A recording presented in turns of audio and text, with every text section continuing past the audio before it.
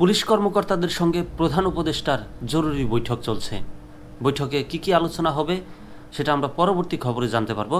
আপাতত বৈঠক সম্পর্কে যতটুকু জানানো হয়েছে সেই খবরটা আমরা পড়ি আপনাদেরকে শোনাই।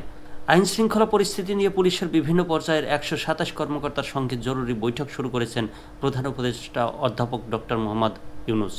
সোমবার 17 মার্চ বেলা 11:15টার দিকে প্রধান উপদেষ্টার তেজগাঁও কার্যালয়ে এ বৈঠক শুরু হয়।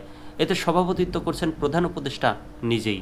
এর আগে রোববার রাজধানীর ফরেন সার্ভিস একাডেমিতে নিয়মিত সংবাদ সম্মেলনে প্রধান উপদেষ্টার ডেপুটি প্রেস সচিব আবুল কালাম আজাদ মজুমদার জানান, আইন শৃঙ্খলা পরিস্থিতি নিয়ে মানুষের মধ্যে এক ধরনের উদ্বেগ রয়েছে।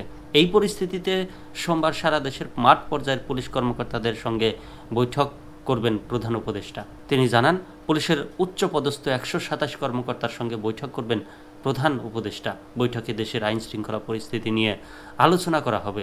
একই সঙ্গে বিভিন্ন দিক নির্দেশনা দেবেন প্রধান উপদেষ্টা। প্রধান উপদেষ্টার কার্যালয়ে আয়োজিত ওই বৈঠকে দেশের সব জেলার পুলিশ সুপার, রেঞ্জ ডিআইজি, মহানগর পুলিশ কমিশনার, সব ইউনিটের প্রধান, পুলিশ সদর দপ্তরের 3 জন ডিআইজি ও সব অতিরিক্ত আইজিপি এবং আইজিপিদের উপস্থিত থাকার কথা রয়েছে।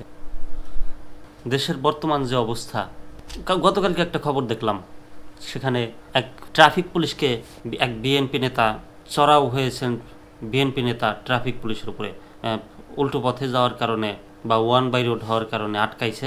রিক্সায় যাচ্ছিলেন, তখন ওই বিএনপি নেতা বলছিল যে, তুই কার গাড়ি আটকাইছস জানোস, তোরে এই মুহূর্তে বাড়াইয়া মারিয়া ফেলাবো, এরকম কিছু হুমকি ধামকি দেয়। পরবর্তীতে পুলিশের ঊর্ধ্বতন কর্মকর্তাকে জানানোর পরে লোকজন এসে সেই বিএনপি নেতাকে ধরে নিয়েই যাবে বা আনার জন্য কল করছিল। বেসরকারি একটি টিভি চ্যানেলে দেখলাম। সেই মুহূর্তে তার অন্য সব নেতাকর্মীরা এসে তাকে ছাড়ানোর চেষ্টা করছিল, কিন্তু তারা বেল্ট মাজা ধরে আছে।